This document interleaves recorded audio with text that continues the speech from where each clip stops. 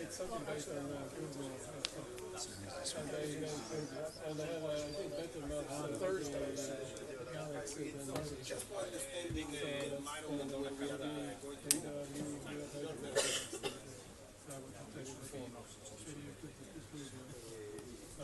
I just wanted to check if you have been informed that we have to make Yes, an inversion there because you're here. yeah, thank you very much because I cannot be here this afternoon, so otherwise we'll be lost. Yes. Thank you. No problem. Thank you very much. Yes, I feel much better. you're right, yesterday. Yes, yes. You're not trying to go around the road. No, and I'm staying somewhere very beautiful. Oh, really? Oh, yeah, that's the happy one. Hello, I think please take your seats. We should start quite soon. And our next speaker is Professor Julian Osborne from the University of Leicester, and is an X-ray astronomer, and he has worked extensively with the SWIFT data. Okay, so thank you very much for inviting me to speak at this meeting.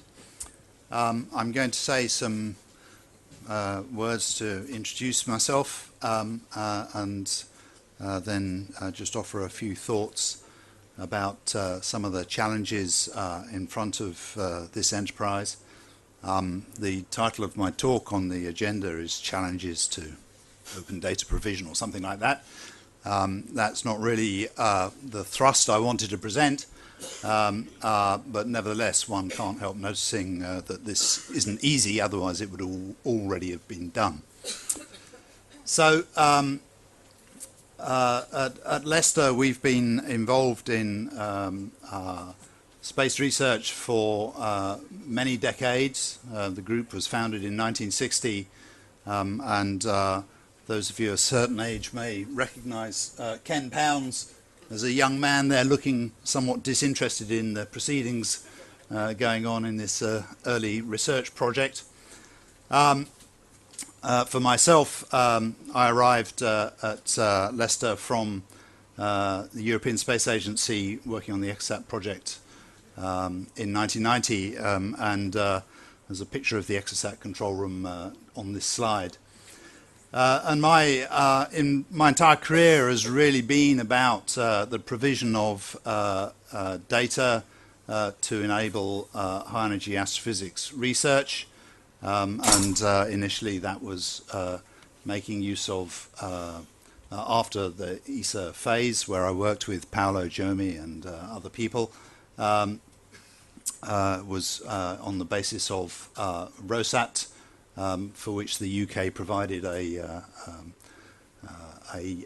far UV telescope. And building on that, we created something called the Leicester Data Archive Service, LEDAS, which ran for about a decade in providing data from multiple satellites online, and so was built out of the very early Exosat database concepts. And then later on, the Japanese missions had some Leicester involvement, Ginga and Asuka, and then the next major activity was the XMM Survey Science Centre, which was led from the University of Leicester by Mike Watson, and I was involved in the architectural design of the science analysis software for XMM, also the provision of analysis tools and pipeline and bulk data processing, and also involved in the creation of the source catalogues from XMM. And then more recently I've been involved in Swift. So just to talk about the kinds of things that get prepared, here is a slide about the XMM Survey Science Centre and the catalogues that have been produced. The Survey Science Centre was led for over a decade by the University of Leicester. It's now moved, the leadership has now moved to Toulouse. Over the many years of XMM, 8 catalogues have been produced with ever-increasing numbers of sources, and higher levels of sophistication in the analysis of the data. The most recent was published by Simon Rosen and others in 2016, and it has about 400,000 unique sources. This is the largest X-ray catalogue ever produced, and provides spectra and light curves from this X-ray mission for about 100,000 sources. And you can see some examples of those, the variety of spectra and the types of things you might see in the light curves down the bottom there. So on the bottom left you can see a galactic coordinate projection of the sky as seen by XMM. XMM has quite a small field of view, so it just depends where the observers propose to point the thing, which is where it detects its sources. And then in top right you can see some improvements that have been made by the experts working on the catalogue to improve the signal to noise that's possible in the image analysis, and thereby detect fainter sources by optimization of background level selection. So for SWIFT, which is what I've been involved in more in the last decade, I just want to give a bit more detail because this somehow provides a context for what I'm going to say later on. So essentially, the work that's done in the UK for SWIFT, which is of course a US, UK, Italian project, that work is funded by the UK Space Agency, which is a growing agency. It's quite small at the moment. And that work takes place at two places in the UK, and the majority of that work, in fact, occurs at Leicester. So scientific investigations by scientists wanting to do particular projects on SWIFT, for example, would be funded by a different organisation. So the Space Agency provides funding for missions, and that includes the post-mission, the post-launch phase. So this is the post-launch support I'm talking about. In fact, at Leicester, we provided the camera for the X-ray telescope on SWIFT, and so we have roles in the calibration of that camera, and we also provide a Swift Science Data Center. And the clients of that Swift Science Data Center are scientists around the world making use of the data and the software, some of which is provided by Leicester and some of which is provided by Matteo Perri, who I see just walked into the room, at ASDC.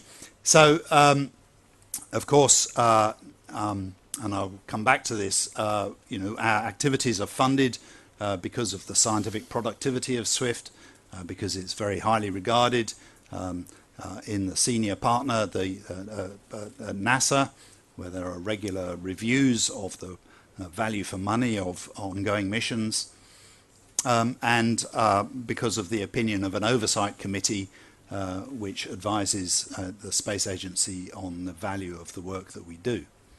Nevertheless, although we've had continuing support, that has declined through the life of the mission. It was launched in 2004 when we had 7 full-time staff per year. Now we're down to 3 after 13 years. So efficiencies have to be made. It's worth noting in this context that SWIFT data is public as soon as it hits the ground, and that it can hit the ground within seconds of the data being taken on board because of the use of the TDRS system for prompt data download. So just some examples of the kinds of things that a data center might be responsible for. These are some images relating to the calibration of the X-ray camera on SWIFT. We have to plan observations of supernova remnants. For example, here's multiple exposure taken of the Tycho supernova remnant. And we use these spectra are rich in lines. You can see that in the bottom center plot. We use those emission lines to monitor the performance of the X-ray detector. which is being continuously damaged by the radiation environment in space. And so you can see in that bottom center plot, for example, the red curve shows you a corrected version of the spectrum of this supernova remnant, in fact a different supernova remnant, and in black it shows you the data as collected on board, which has had its spectral resolution degraded by high energy particle impacts in the silicon detector, which is used to make the measurements. And those particle impacts cause charge trapping in the detector, and thereby reducing the apparent energy of the X-ray photons. And correction of charge traps is illustrated in that bottom left plot, for example. The detector also has a number of radioactive sources on board, and we can continuously monitor the gain of the instrument that way. And the images at the top right show the evolution through the life of the mission of the energies of those lines. I'll just show you. So this shows you the continuous radiation damage effect on the X-ray detector, and from that information we derive the overall gain, but also the parallel and serial charge transfer inefficiencies and the numbers that have to go into the calibration files which enable this data to be correctly used. That data also enables us to correct for temperature dependencies, as illustrated in the bottom pair of plots, where you can see before and after temperature correction resulting from this calibration work. So this kind of work is an essential component of a data center for an operating mission, where we have to make sure that people don't make scientific mistakes because they're misinterpreting the information that they're getting from the instrument. And of course the calibration always lags the observations because it takes some time to do the work. So the other activity at Leicester for SWIFT is the UK SWIFT Science Data Centre, and this has a number of jobs which I've listed on this slide. I've underlined at the top there that it does this work promptly. So SWIFT data, bulk SWIFT data comes to the ground multiple times a day. SWIFT is in low Earth orbit. And that data gets processed at Goddard Space Flight Center to a certain level, and then is transmitted to the Italian and the UK data centers, where we're able to take that processing up to higher levels. So, and this all occurs completely automatically over the internet, and it occurs as soon as the data becomes available, which after the Goddard processing phase is typically an hour or so. And so the data center at Leicester produces science data products for the gamma ray bursts. These things fade extraordinarily quickly, and so their scientific value is all about what you can learn immediately, so that you know which ones are interesting for follow-up, for example with the VLT or other large facilities. SWIFT, because it is designed to be a very flexible satellite in terms of its pointing and sky availability, is very good for all sorts of time domain studies. And so we also provide user-controlled science data products service. So the user is able to specify what they want from what data they want to go into the processing, what products they want to come out, and we will do the processing for them. This is all done without human contact, essentially through the web, and depending on the amount of data processing, the results are provided basically on a timescale of minutes to perhaps tens of minutes if it's a very large data set. We also are able automatically to perform a mosaic analysis for very large error regions, such as provided by gravitational wave and neutrino facilities. Again, all of this has to be done automatically. We have so few staff that it just isn't feasible to do any of this by hand. Of course, you have to build the system by hand initially, but then automation is the only way to live. We provided an X-ray point source catalogue, which is currently a static catalogue. In future, that will become a kind of currently updated system. We also provide advice and training, publication lists, PR listings, and outreach. And there's a nice picture of one of our staff being interviewed for the Sky at Night TV program down there. So I won't go through all this. It just shows that we've got a worldwide clientele for all of this. Of course, everything is provided at no cost. And the usage levels are gratifying, and we use this information to our space agency as part of the justification for the continuation of our work. So here are some examples of the specific kinds of things that have to be done, for example with gamma ray bursts, where they evolve very quickly. So you can see at top left a light curve in X-rays of the afterglow of a gamma ray burst. It consists of a number of power law decline behaviors with some flares superimposed. All of this has to be automatically analyzed as soon as the data gets to us. And so it's this information which informs us about the levels of interest in this gamma ray burst and the feasibility of continued observation with SWIFT. We also perform intelligent position analysis to get the very best from the rather modest telescope that SWIFT has on board. We perform multi-instrument analysis to produce spectrum-corrected flux light curves, so it's all very well presenting count rate light curves, but of course theoreticians don't work in count rate, they work in flux.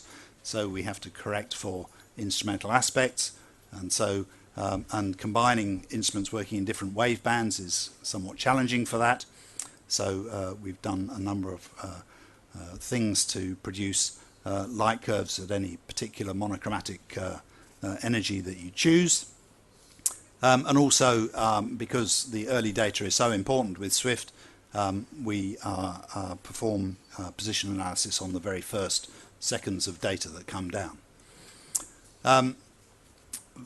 Going further, we're now incorporating the UV optical telescope data into our light curve analyses, and we've also been working to improve the photometric capabilities of the X-ray instrument.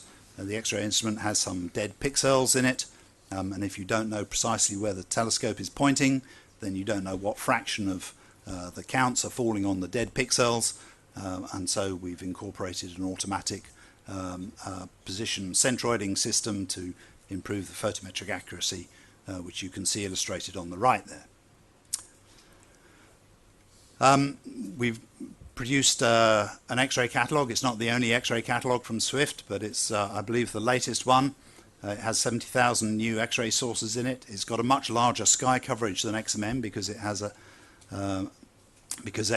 SWIFT looks at a lot more different parts of the sky. This catalogue has a lot of supporting information in it, as well as data products from spectra and light curves. It also has a very full analysis of the false positive rate for different quality levels of the sources in the catalogue, and also a completeness analysis.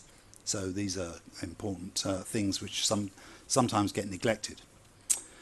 Okay, so finally then, just specifically about SWIFT, following up gravitational wave alerts is of enormous interest at the moment. You can see the top left there, the black line is an advanced LIGO error region, and you can see in blue and yellow the avoidance regions that SWIFT can't look at for the moon and the sun, and then in pink you can see the footprint of the burst alert telescope, the instrument on SWIFT, which has a very large field of view. Unfortunately, it missed most of the LIGO error region. And then at the bottom below that you can see a convolution of that LIGO error region with a galaxy catalogue where we think gamma ray bursts may emerge, so we only try to look at the galaxies. And then on the right you can see an exposure map from one of the mosaics which Swift X-ray telescope used to try to cover some of this advanced LIGO error region. That's a relatively small one. We're making much larger, very shallow 50-second observations, trying to cover as much of this gravitational wave error region as quickly as possible to detect the associated X-ray source. Okay, so challenges. So, I mean, I've spoken to Andy Pollock and Paolo Giomi about this meeting only very briefly. I've been involved in the business of providing data for some years now, and I suppose the first thing to say is that the primary challenge to ongoing provision is one of desire. Does the community that is going to be paying for this want this? Because if they don't want it, they're not going to pay for it. And eventually it comes down to the perceived balance of value. And at the space agency level, I suppose they would be faced with the question, is it better to spend the money keeping Archive X going or build some new observing facility? This is the key decision that the scientists involved in this process are going to be asking themselves. And it has to be said that the pull of novelty is very powerful. Science progresses by the application of new technologies. So if you're going to say we want to keep the data from this 30-year-old satellite available, therefore you can't have a new telescope, you know, that's a controversial thing to be saying. So that means that you have to get your arguments well honed to defend yourself against that sort of challenge. So archive provision can only really survive if it's somehow protected. Of course, it has to be useful. It has to be appropriately staffed, because just putting stuff on the web is the route to death. And it has to be relatively inexpensive, because it's going to last a long time. And it's worth noting that there are some tensions in that list. If it's protected, then it's not subjected to scientific scrutiny. So how do you know it's useful? You've got to get that balance right somehow. If it's appropriately staffed, it probably isn't going to be inexpensive. That's a major challenge, because the development phase of a mission pre-launch might be 5, might be 10, might be more years, depending on the scale of the mission. But the archive phase can be extremely long indeed. So, you know, just integrating up that annual spend can result in significant expenditure. I have to say that just from the UK perspective, our performance in this area has been pretty mixed. We've supported optical surveys over the years, and it has to be said that the Leicester Data Archive Service was supported through 2 or 3 funding cycles of 3 years. But the UK has definitely pulled out of things that it doesn't feel are scientifically value for money. And so I list La Palma Observatory, Gemini, James Clerk Maxwell Telescope. It pulled out of XMM, which was particularly painful for me and my colleagues after 10 years. And of course, we just pulled out of the EU. So we're famous for it, I'm afraid. It's also worth noting some differences between how things may occur in continental Europe and in the UK. There's generally no standing army of staff in UK science. So if I want to do some scientific work, even archive provision, I have to go in front of a committee and defend that idea in front of them in competition with every other idea which comes along. You know, when a mission is producing new data and it's exciting and it's at the forefront, then of course defending that idea isn't too difficult. But 10 years down the line, it can be pretty tough. Now, the very largest projects in the UK, such as the experiments ATLAS and CMS at the Large Hadron Collider, they have long time horizons. I'm on a funding committee that examines all of STFC's projects, and I see how these things work. There's some inertia for these very large, highly international projects. The UK doesn't always want to be seen to be the bad boy, pulling out of things. This is my last slide. But for smaller levels of investment, the timescales for continued activity are shorter, and indeed observatories come and go on a decade-like timescale. So, not to end on an entirely negative note, I do want to note that just in the last month, a new investment has been announced at Leicester, a national space park. This will have eventually a value of around £75 million. The first phase funding of some tens of millions is already in place from the central government, from the university and from industry. This space park will focus on satellite hardware and the provision of low-cost access to space. Importantly for this meeting, space-enabled data and skills for UK industry. This will have a location in the north of Leicester. It'll be next to the National Space Centre, which is an exhibition centre in Leicester all about space. It's very popular. It was built at the time of the millennium, and there's plenty of interesting space hardware to go and look at. Also a 200-seat planetarium and a film production company which makes films for that planetaria and planetaria around the world. Okay, thank you. Thank you. Okay, question down there. Johnny? Okay, I'll try to shout. You've been saying very, very nice things about Swift, which is doing very, very beautiful results. You didn't mention that everything in Swift is actually open. And Swift is actually a mission that started out as a PI mission with open data. And nevertheless, the fact that everything is open immediately to everyone, it didn't stop the PI and the groups doing a very good science. In fact, they multiply the science. So the need to have a restricted period, at least is we need to think about that, because Swift is just an example of something that can be run in a completely open environment to the benefit of everyone without damaging the rights of the people who invested a lot of their time to build the satellite. Yes, thank you very much, Paolo. That's a good point. It's very challenging to work on a project where the data is publicly available as soon as it touches the ground,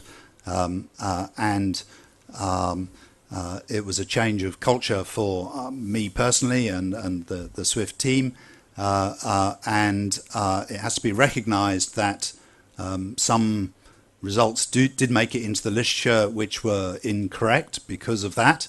That's part of openness. It's a cost of openness, and I think in consideration of the principle of this meeting, it's worth bearing in mind that the cultures in different areas of science are very different, and their tolerance of the ability of people to put into the public domain incorrect results is very low. We can think of advanced LIGO, for example, as a contemporary case, but also in particle physics. It's very uncommon to allow people to draw their own conclusions and put them in the public domain without them going through the scientists involved in the experiments. All right, I'm afraid we have to move on. It's a bit late, so other questions for lunchtime. Our next speaker is Dr. Williams from ESO. And as you all know, ESO is the European Organization for Astronomical Research in the Southern Hemisphere. It's a collaboration of 15 member states, and it's optical astronomy, and they have very exciting telescopes present and to come.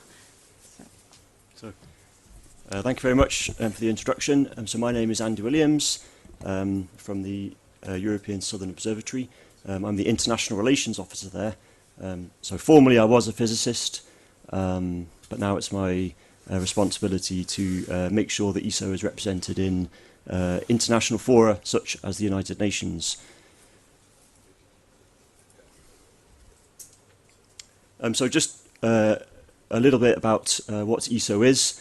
It is the European Southern Observatory is short for the European Organisation for Astronomical Research in the Southern Hemisphere. It's a bit of a mouthful.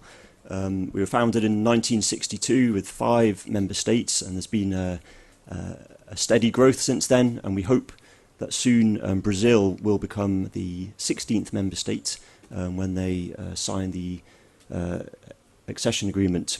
So the headquarters is located just outside Munich, in Garching, but the observatories are in Chile, in the Atacama Desert. As I'm sure most of you know here, that the environmental conditions are very, very positive for ground-based optical observatories. So the ESO mission, it's stated in the founding convention. It's basically 2 things. The first thing is to build world-leading observatories equipped with powerful instruments. And the second thing is to promote and organise cooperation in astronomical research. So as part of this overall initiative of Open Universe, this falls certainly within ESO's mandate. And as an intergovernmental organisation, I feel that we do actually have a kind of special responsibility, maybe over and above national agencies, in that we're a collection of 15 national governments. So it's kind of really amplifying this idea of science as a public good. And another feature about this intergovernmental organisation, and this is building on from my colleague from the University of Leicester, who just mentioned the funding difficulties, is that ESO, I guess, enjoys exceptional stability in its funding. So our programme is funded out for at least a decade. So that, I mean, this is something that is important in the context of providing archives. Okay, so we're a Southern Observatory. We have quite a large collection of telescopes. So this is the first one, actually, the 3.6 meter on Nesila in the Atacama Desert. This is famous for it's the oldest ESO telescope, but it has the HARPS instrument, which was instrumental, so to say, in discovering Proxima b, the exoplanet around our nearest star. And then there's the New Technology Telescope, and then a variety of nationally hosted, nationally owned telescopes. The current flagship is the ESO Very Large Telescope, which is actually a collection of 4 8.3 meter telescopes, and also operates as an optical interferometer. There's 2 survey telescopes there. It's important to mention the Atacama Large Submillimeter Array. ESO is a founding partner of the submillimeter facility, along with the United States and Japan, who coordinate the involvement of lots of other countries in, I believe, what is the world's largest astronomical observatory currently. And the ALMA project is really starting to change the nature of data at ESO, because it generates so much of it. ESO's main new project, let's say, is what will be, in 2024 at its first light, the world's largest optical and infrared telescope. It'll have a main mirror of 39 meter diameter, the extremely large telescope.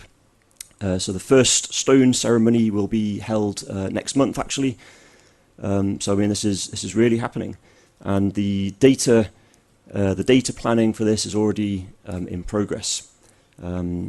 because again, the size of this telescope, the throughput, the nature of the instruments is changing the way that the data management will be run at ESO.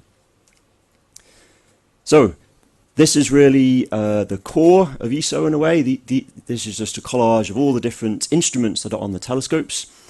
So ESO, or ESO's member states, basically fund the construction of the telescopes. We fund the physical materials of these instruments, but it's actually the scientists and the universities from the member states that provide the majority of the brain power and the labour in terms of designing and building these instruments. And of course, in return, they get guaranteed time, and guaranteed time means that they have proprietary access to quite a large proportion of data. And of course, that's something that we need to think about in context of this Open Universe initiative.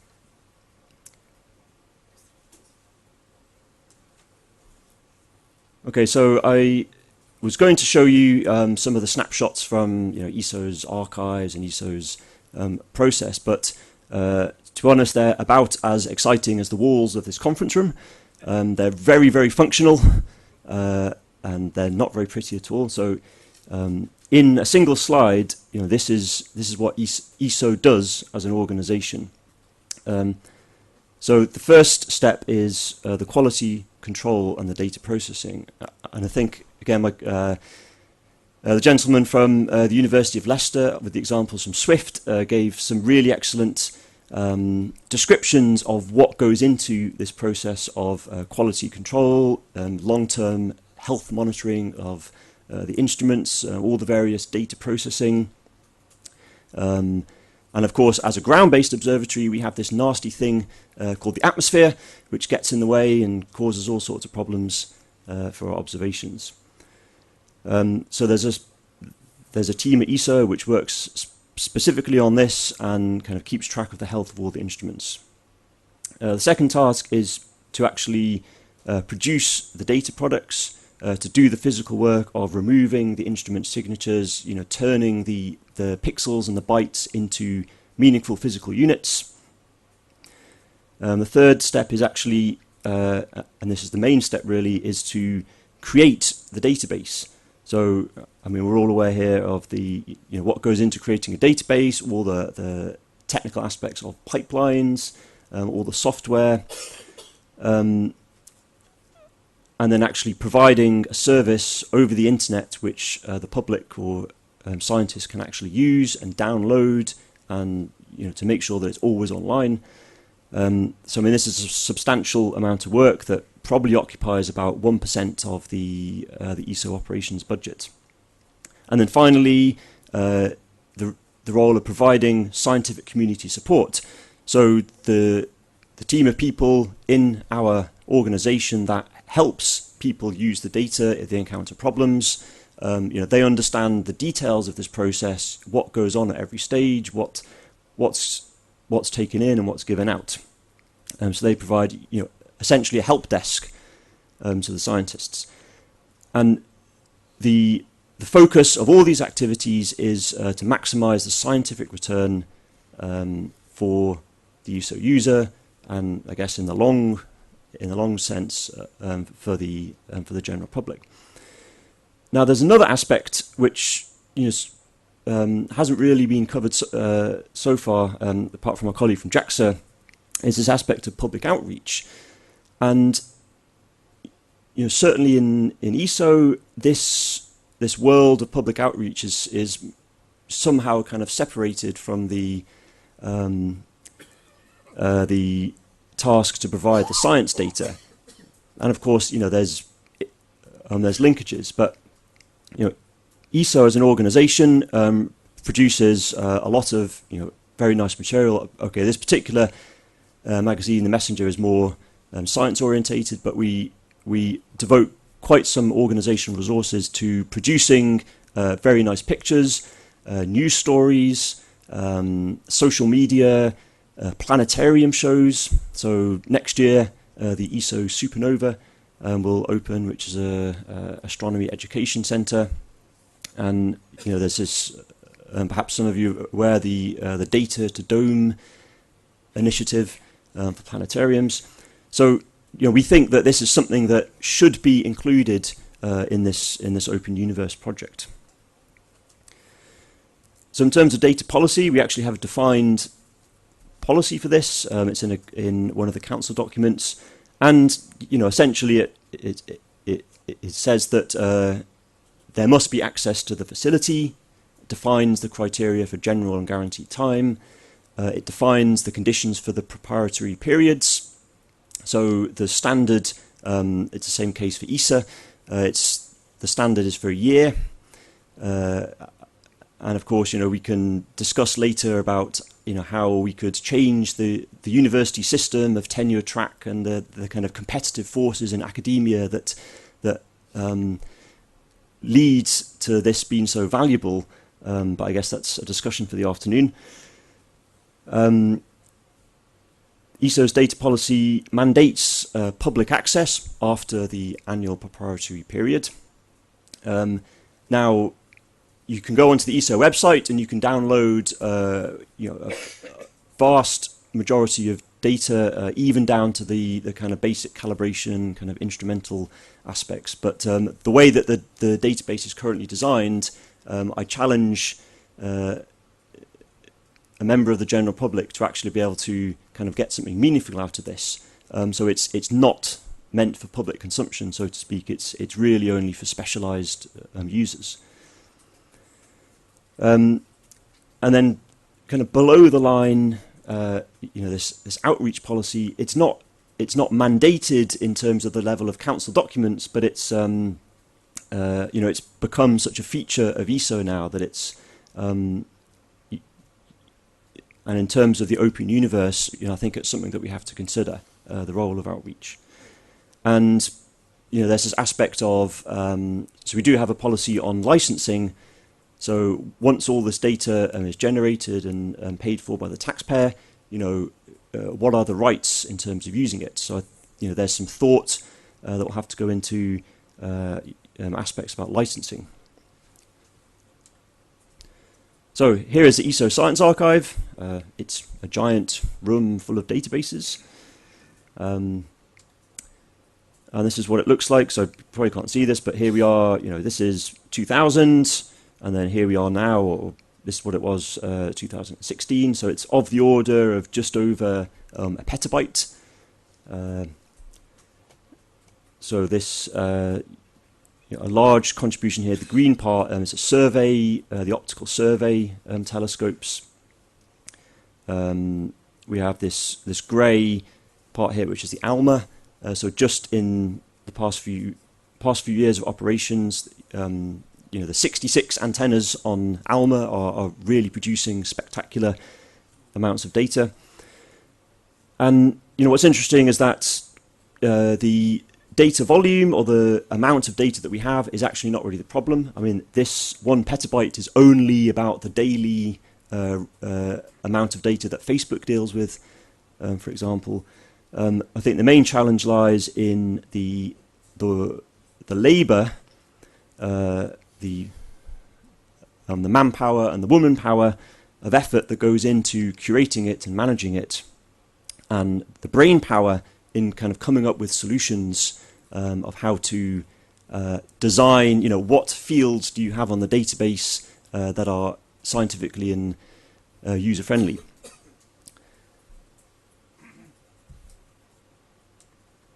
So to conclude, I discussed with some of my colleagues in outreach and in the data operations about, what challenges do we see for this Open Universe initiative? So, we kind of imagined, there's some kind of grid. You have various users. You have the instrument scientist who, is really concerned with, where are the dead pixels in my instrument, and how hot is my instrument, or how cold.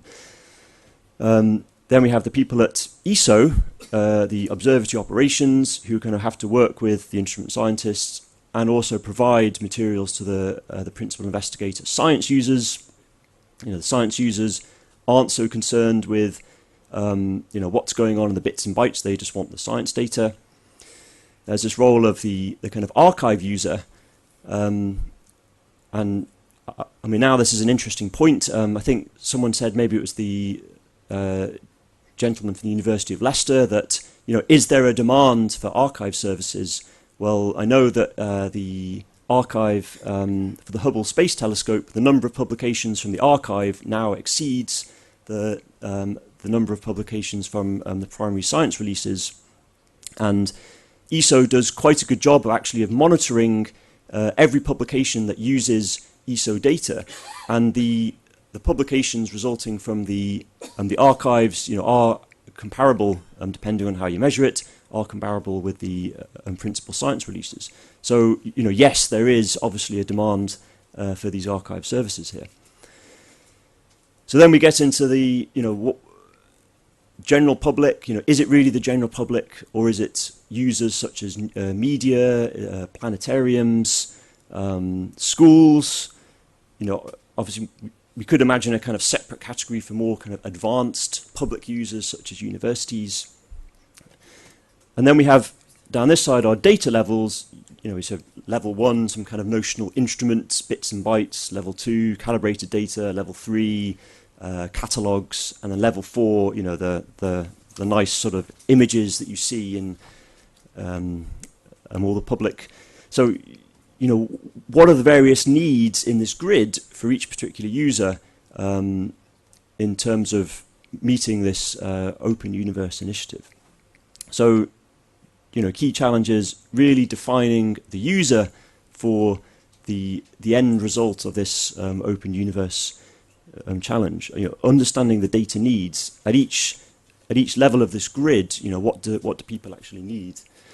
And then a particular problem, a feature about ESO is that ESO, as a large observatory, we provide calibrated data to the users, but then it's the principal investigators that are responsible for producing the catalogues and producing the more kind of scientifically relevant data, and then they have to then give this back to us. So this is a whole other process which I haven't actually spoken about that needs to be taken into account in terms of science provision. So then finally, some of the other speakers have touched on this, the resource implications of providing centralized, curated services. I mean, right now, I think ESO in total is, it's quite hard to calculate, but it's somewhere of the order between 1% and 3% of the operations budget in providing this archive. But you can get the latest version of the Messenger, download it from the internet, and there's a nice article in there about the ALMA archive, and you can really see how things are going to change. We're not at the SKA problem in terms of data yet, but there's significant cost implications coming in the future. So thank you very much. Thank you. We have time for one quick question.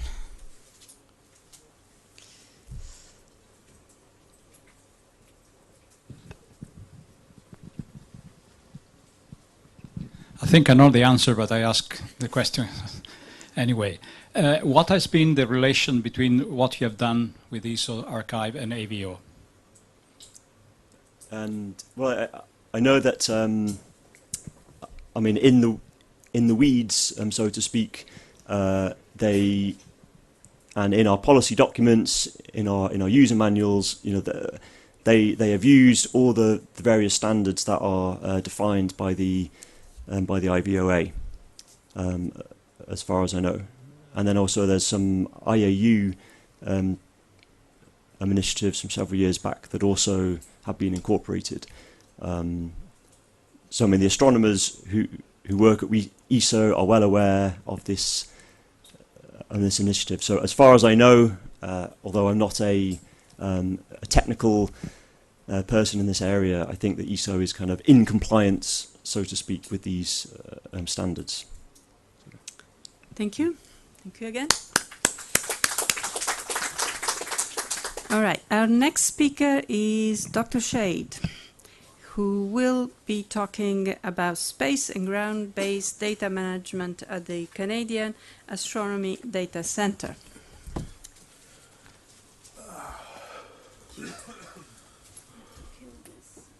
I'm sorry? You have to kill this. Somebody's doing it. Somebody's doing it.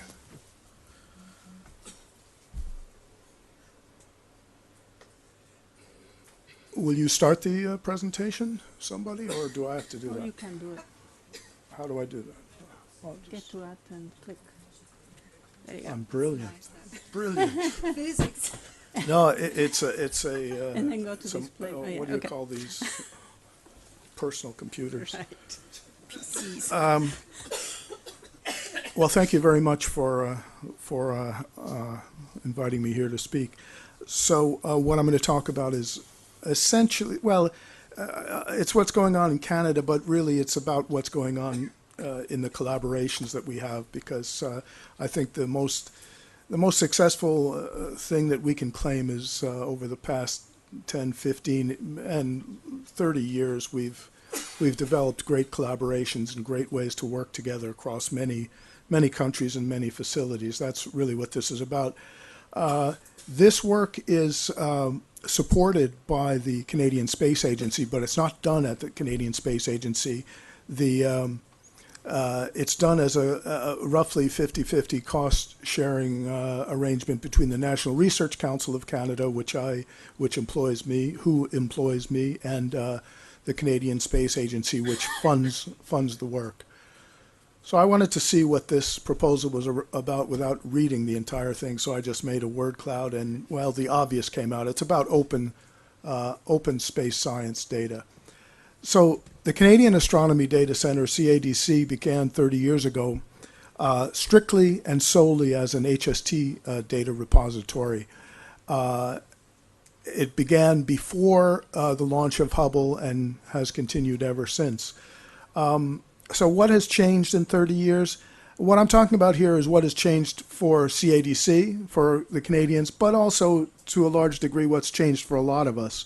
So open data has been here since the beginning for us for the past 30 years. It's always been quite open data for Hubble, but for many other missions, all of the missions. In fact, we will not handle data that's not open. We will not make investments in that. So it's always been open data. We started with Hubble Space Telescope data, and then we expanded to include other space missions and ground-based data as well. We began as a data center that worked largely alone, but quickly began to grow a collaborative network, which took many years to grow. But now I feel we live in we function in a very collaborative global network. And that's the real success, I think, that we have to claim. In whenever it was, around 92, CADC produced the first web GUI for an astronomy data center. And now we've evolved into having IVOA standards for global virtual observatory. The reason I equate these two is that the web is kind of the model which stimulated people to think about approaches that led to the International Virtual Observatory Alliance. For us, we went from small data to very large data, and that has a lot of implications for where we are today. We went from being a data archive where people drew data out, like withdrawing from the bank, to a big service ecosystem where we no longer less than 10% of our data is delivered to users. It's delivered now from the data collections into another component of the ecosystem, and I'll show you a little bit what I mean by that. And we went from siloed data. We went from a situation where we had silos. We had an HST archive. We had a CFHD archive, we had a Gemini archive, we had all these separate archives, and they all had separate software, separate interfaces, and this was an untenable thing, because as the whole virtual observatory idea is based on integration of resources, integration of services, and we've broken down those silos now as ESAC has done, as many others have begun to do now. Very much stimulated by the International Virtual Observatory Alliance work. So we were created in 1986. We have 21 staff members. And just for a sense of the scale, we have about 1 billion files, 2.6 petabytes. It's important to note that we move around 1.5 petabytes of data around in a year. Most of it is within the ecosystem, but it still has to move over some kind of network. We do, for process, we have a cloud processing system that's available to users, and we run, in 2016, 3.6 million jobs, and so on and so on. 500 core years, it's not an awful lot, but it keeps a small cluster of 500 cores busy pretty much the entire year. So the Open Universe initiative, I must say, is a very, very familiar vision. I mean, this is what we've been talking about since before the Virtual Observatory was formed in 2002. We had Virtual Observatory meetings in 2001, and for some years before that, this is the kind of vision that we imagined for a functional virtual observatory. So it's a very, very familiar vision. And of course, I'm talking about astronomy here, and astronomy is one part of space science, and there are other components. There's education and outreach, and there are definitely segments of this that are perhaps less familiar. But the point is that we've done a great deal of foundational work over the past 15 years, and we're very glad to see this initiative. What we have to do is find a very productive way to work together. Now, a little bit about collaboration. As I said, we began with the Hubble Space Telescope Archive, and we did that in collaboration with NASA and ESA. And over the years, that grew into more and more substantial collaboration. It began just with having an operational way to exchange data, but then it grew into something which eventually became the Hubble Legacy Archive, which was a method to produce science-ready data, that is, transparent data. And we deal with a lot more transparent data now than we used to.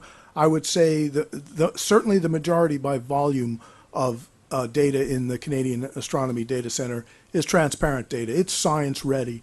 It's advanced data products. So it took us a number of years to really come to this point where we could sign an MOU to work together for advanced data products or transparent data. And this way of working together gave us a lot of guidance in how to develop a more substantial interoperability of the data centers. And that's what's important for IVOA. So somebody was referring to this before, and I'm sure you've seen this, the fact that that the big payoff is the archival research papers that would not have been possible without good data management infrastructure. So those are the papers, and it's more than 50%. You know, it's a factor of 2.5 for Hubble that would not have been done. So you're talking about thousands and thousands and thousands of research papers on this graph alone that could not have been done without good data management. But I will say it's not just good data management. It's also availability of open software and things like that. There are other aspects to this, but you've got to have the foundation of sharing data or you don't have anything. So I mentioned integration of data resources. This is what we call advanced search, and it's not advanced search, it's the only search that there is now at, the only GUI search that there is at the Canadian Astronomy Data Center now. We took 115 instruments from from 21 different collections, from a number of different observatories, and we unified them by creating an underlying common archive observation model, and we transformed all of those 115 instruments into one model. And this gives you a foundational level of integration of data upon which we could build all of our virtual observatory services. All of our services are built upon that. And the most important thing, this is one of the most important things we've ever done, because it provides value to scientists, but it also provides a model for the process of profound integration of data and resources, a common model. It provides a process that you can use to expand this to other astronomy missions and to other research domains. If you want a multi-disciplinary data model, this defines the process that you would use to get there. And it can be done. It can be done. It's challenging. It took us 5 years to do it, but it can be done. The other integration we've done is we've integrated space and ground-based data. And of course, we have to do this because scientists don't use just space data, and they don't use just ground-based data. They pull together whatever data they need for their particular science goals. And so we had to do that level of integration. So I've already told you about the common data models. The other thing I should say is CADC is very much VO inside. The whole architecture is based on IVOA standards. And this is where Canada delivers data to. And yes, we do have a few Canadian users, but they're less than 10%. But in our cloud processing ecosystem, they're much larger fraction, fortunately. So IVOA, the International Virtual Observatory Alliance, has been working for a long time, and this has been. It's not just the standards we produce. That's the fundamental product that we try and create, but it's also the level of regular interaction and collaboration that's grown out of that. It's been an incredibly productive environment in which to work for a data center like ours. So the last point really is that CADC, because of the data volumes, this is the driving factor. The data volumes were so big that the old model failed to work, and we had to move from being a data center that delivered data to an operator of an ecosystem of compute resources for data-intensive astronomy. So this is the old model. Essentially, data came in from an observatory. We had discovery mechanisms, but after that, it just went out and you took it home. The scientists took it home, stored it on their home stuff, and processed it on their home stuff. Well, as data gets large, that doesn't work anymore. It just fails to work. So we have a variety of services in this ecosystem that we offer to users.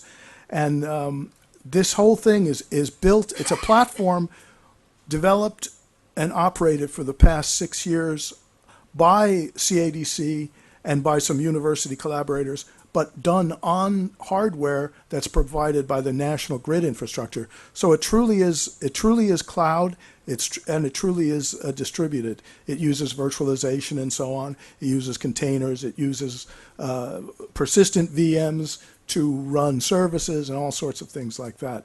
So the old model looked like this. The new model is much more complex because you have the observatories on the left. Now we have multiple inputs of data. In fact, we have 115 different instruments into this ecosystem. Inside the ecosystem, there's storage, there's personal storage, archival storage, there's processing of various kinds. There's kind of a lot of support for visualization and things like that. So typically what people do is they come in and they move data around, but they don't take it home. They move it from one part of our cloud to another part of our cloud, do the processing, do the visualization, whatever they want to do, they do it on that cloud. And the reason I bring this diagram back again is clearly, just as we needed to develop a global way to share data and a global infrastructure to enable the sharing of those data, we need to develop an international infrastructure that shares these cloud ecosystems as well. And this is going to be very challenging, but the data sharing was challenging as well. But we have to do that because the science teams that we support are very, very much international in scope. So we don't have any choice. We have to develop a global ecosystem for data sharing that supports all these science teams. So out of all of these things, I would say that the open data was a necessity, but there was a lot of work to do, and it's the successful collaborations that we've built over the years. And over the past 15 years, particularly with and through IVOA, that really has made this work. So we have a foundation of knowledge, expertise, and operational systems that I think Open Universe can use as a very powerful partner in what they're trying to do. Thank you. Thank you.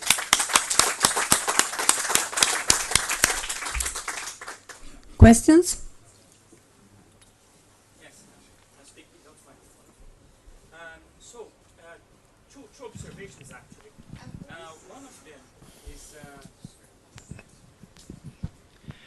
One of them regards what you showed of the Hubble space data and how much impact there is in being able to revisit archival data. But also picking a bit on what Julian Osborne was saying about Swift, I mean, we also have to ask the question, when the data that is first produced arrives within an interface where it can automatically integrate to many other data, how many new research you can do just from the fact that you can easily and readily integrate the new data with the data that's already into archival, not only from multi-wavelength bands, and this is something that your example of the Canadian data center shows very well. So this is one thing.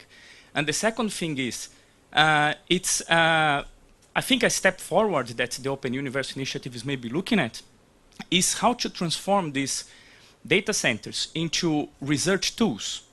So not only centers where data is stored and you can play with them, but which you can use as an online instrument for developing your research. For example, in the ASDC, there is this set builder database. And it's very interesting because there you can plot and you can see the data in a way which is interesting for the way we think and the way we decide which kinds of objects that we are going to study and how we are going to study them.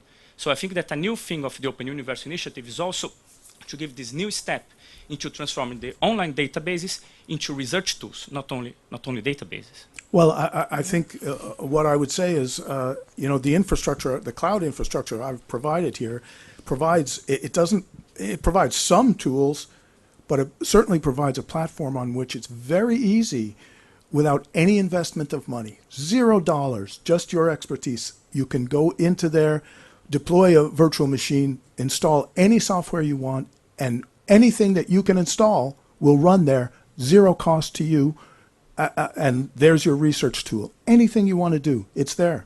The infrastructure is there. All right, thank you again, and we have to move on to the last talk.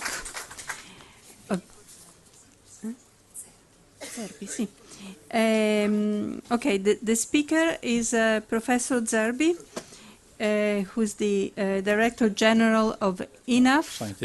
Scientific Director General. And we'll be talking of the challenges and of the new big data and big telescopes. Okay, where is here. Okay, good morning. So beyond the title, I'm here to bring to the discussion the point of view of INAF. And INAF is the National Institute of Astrophysics. And this is basically the scope of our institute. We're about 1,100 scientists and technicians that are working in astrophysics and astronomy together with other entities in Italy and all around the world. And our purpose is to carry out, promote, and exploit the scientific and technological research in the field of astronomy and astrophysics, and also promote and favor the transfer of internally developed technologies to industries, and doing this by pursuing the excellence at international level. So we are sort of users of an archive and producers of data that go into an archive, and we do have our own archives. So as an institute, we are in a threefold situation in which we produce data that goes into an archive, we have our own archive, and we use the data of our own archive and archive from somebody else. Concerning space astrophysics, of course, we have collaboration with Space Agency, mainly with ASI, which is the one in our own nation, but also with ESA, NASA, JAXA, and others. in the development, construction, operation, and data exploitation of space missions, basically for astrophysics and the observation of the universe and the exploration of the solar system.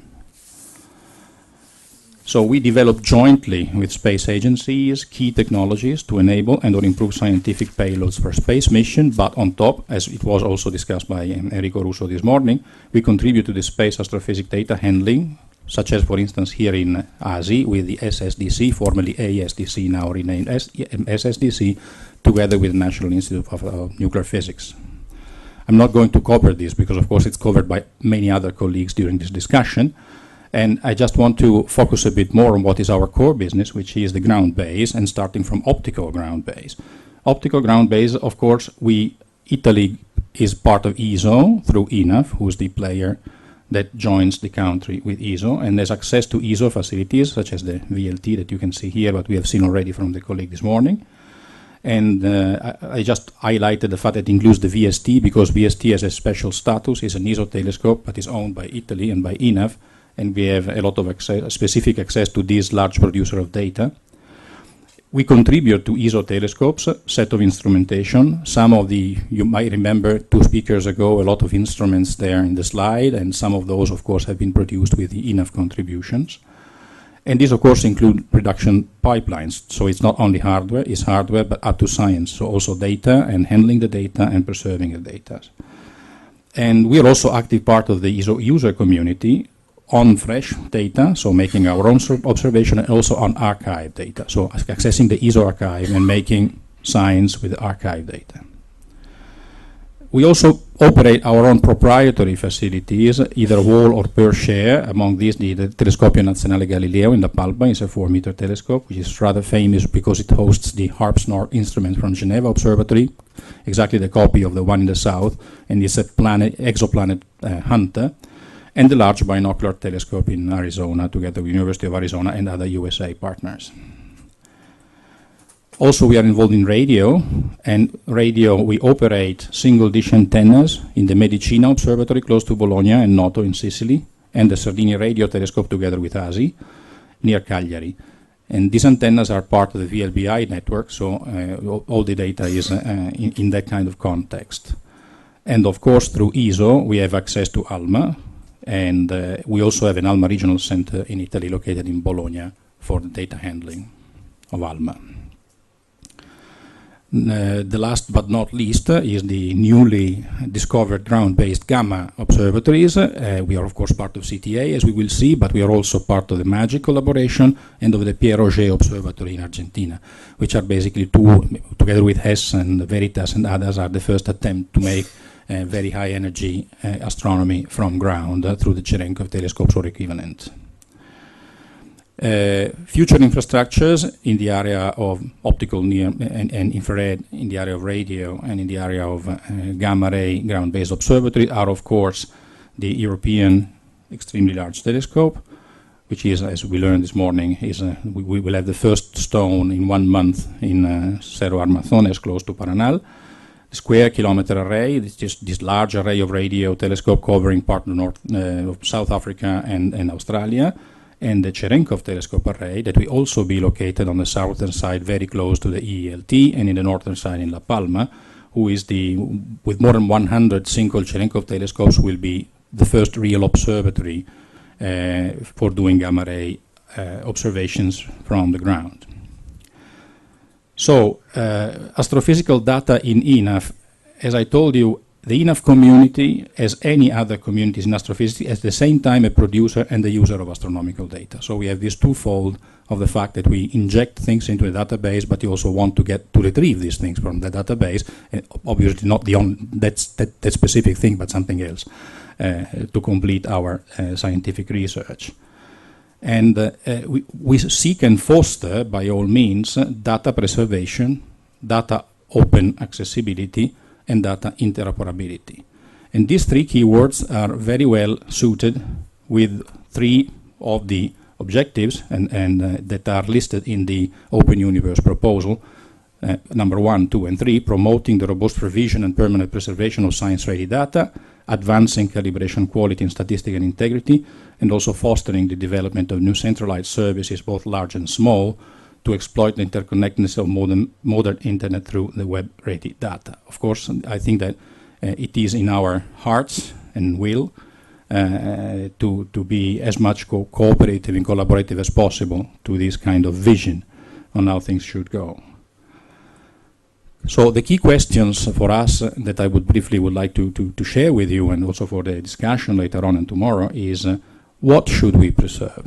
So what is when we call science-ready data, what do we mean as science-ready data? And the second question is, for how long should it be preserved, which is another important question.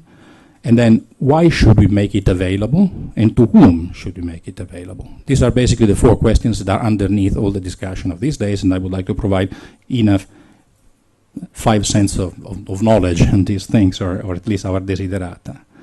And I would start on what should we preserve. I mean, as a matter of fact, the concept of science-ready data in astrophysics is debatable. It has always been debatable and is debatable even now. And I would like to use an example. Many, but not all, the astronomical data comes from the equivalent of trawling, fishing through trawling. You have this net, and you get a lot of fishes. Of course, what we get doesn't look like this picture, but it looks like this picture, which is probably the most famous picture of a net full of fishes that astrophysics have ever produced, which is the double deep field. But any time that you have something in which you distinguish or disentangle something that you call noise with respect to something that you call signal, with respect to something that you call noise, you might have smaller fishes in the noise. One of the most important examples is for some of you it's perhaps very well known, is the relationship between exoplanet search and astroseismology. Astroseismology was a signal for somebody and became noise for somebody else, but extremely important noise to be used for the reduction of the data in exoplanetary search. So the point is that when you make a pipeline and you define what is science-ready, you select in the net the fish that you want to eat, but that doesn't mean that other fishes are suited to somebody else's soup. So the problem that we have when we do this is that you project the subject, or at least what you're looking for, into the pipeline, and you select from the net the fishes that you think that are, usable, useful, important, perhaps leaving something else behind. And since science-ready pipeline could restrict the potential use of other users or future users, so other users in the same time, or future users, because science goes ahead and something that is not considered important now could be considered important in the next future. So why make data available? Well, this is rather obvious. The net almost always catches more fishes than the fisherman can or wishes to eat. This is the point. Sorry for talking about fishes, but we are close to lunch, so I think that is appreciated. And the point is that there are, however, a lot of less fortunate fishermen, and we are here in an initiative that is sponsored by the United Nations, and we have a lot of underdeveloped countries that cannot have access to very expensive infrastructures, but they could have access to an open cloud, or whatever you want to call it, an open database to do their research, and they could enjoy them if invited. So this is certainly one of the reasons why we have to go public, not the only one. The point is that data like fishes stink after some time. We all know that. There is no advantage to keep them reserved if the owner cannot use them because of lack of manpower, because of lack of knowledge, because of lack of interest. So this is the reason why most of the providers that are sitting here in this room, but all the others, they limit the proprietary period to a certain amount of time, because then after that amount of time, the fish stink. That's the point. Available to whom? Well, tuna fish hunters will not know what to do with the codfish. This is the first problem, by chance in the net. So restricted access does not maximize science return. Because if there's restricted access to a group of people, they will only see what they want to see. They don't understand that is inside the same group of data. Moreover, and this is extremely important for astrophysics, is that something strange or serendipitous may be fallen in the net. One would not even consider a fish, like a boot, for instance. But then you don't know now that this is useful, you don't know now that this is scientifically viable, but you may know in some time. A specimen of a new species that will be classified only years later. That's an issue. So in order to maximize the outcome to the catch, should be made available to all and preserved for the longest possible time. But what do we mean for longest possible time?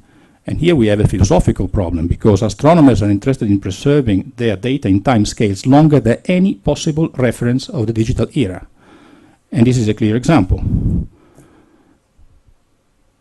Ideally in a scale of millennia. This, I think, below the Anasazi recording of the supernova of 1054, it's really bit preservation. I mean, I, a human being, have testified the existence of a star that is brighter than the moon. The message is clear. It's on a stone, it's not on a bit, it's not on a tape, but it's there. So this of the how long is extremely important for us, because we are all even today considering useful something that goes back 1,000 years before us. And so this is a challenge in this sense. Of course, the interoperability of data is extremely important. I don't want to go into details about interoperability under the informatic point of view. So how much the things should be correlated in terms of databases or have the same header or whatever. Let's go to the very basic. I mean, the point is that astrophysics is a natural science. It's also physics. But it's also a natural science, because we observe the nature without manipulating it. That's the point. Nature often surprises us, and the science for which serendipity is a central concept. So an important point for us is correlation. Correlation is essential. Astrophysics is multi-wavelength. Recently is also multi-messenger, when gravitational waves and neutrino came in play. But so the most of the advancement in science and astrophysics come from correlation. The two examples here are quite evident. Is the afterglow of a gamma ray burst, we have seen also from a colleague this morning, or the case of the gravitational waves. So what is extremely important in these databases is that data collected with different observing equipment are interoperable at the very basic idea if the position of the source is known with known precisions, possibly down to milliseconds, if the time of the emission is known with great precision, possibly milliseconds, because now we are in the time of time domain astronomy. So also the constraints before thinking about how to archive this data, which is more on how to produce these data in order to be interoperable, it's also important. Because if we don't have a benchmark in time that is precise enough, or a benchmark in space which is precise enough, then the interoperability of this data later will be limited. So I just want to go to the root of the problem. Then the rest is informatics. I understand it's extremely important, but we also have a root of the problem here in interoperability. And this is just an example that was already shown by Paolo this morning. Probably this is another Markarian, this one, not 4-to-1, but it doesn't matter.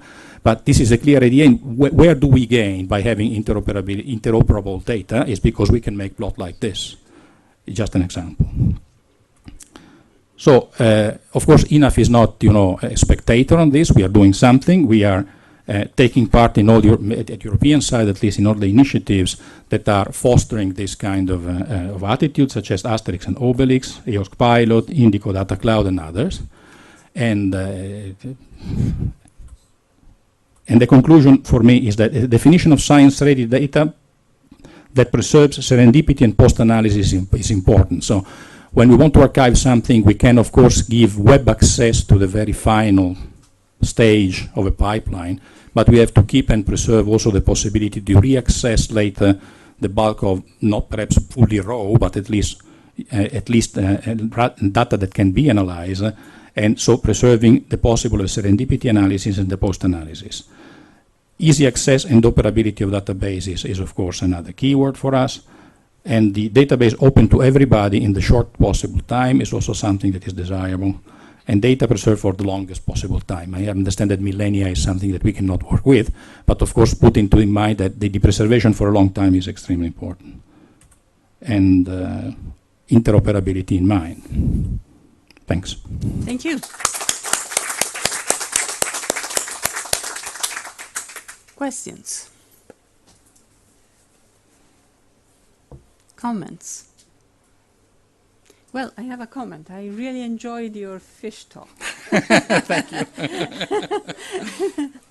And I think the point you made actually in not preserving the picture you put on AppJ is very important, because we want to have this as a live set of data that we can use for further science. And so there are different aspects, but the point of preserving the full scientific power of the data is good.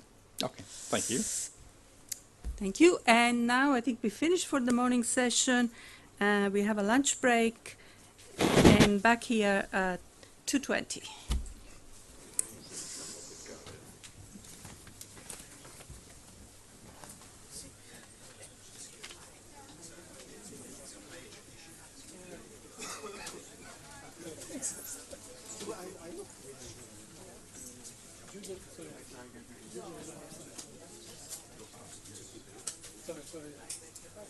your turn to be.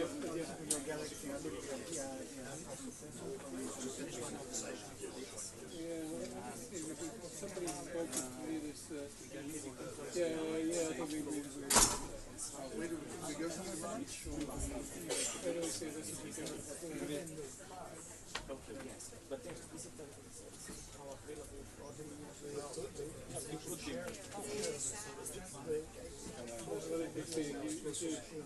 just took some video.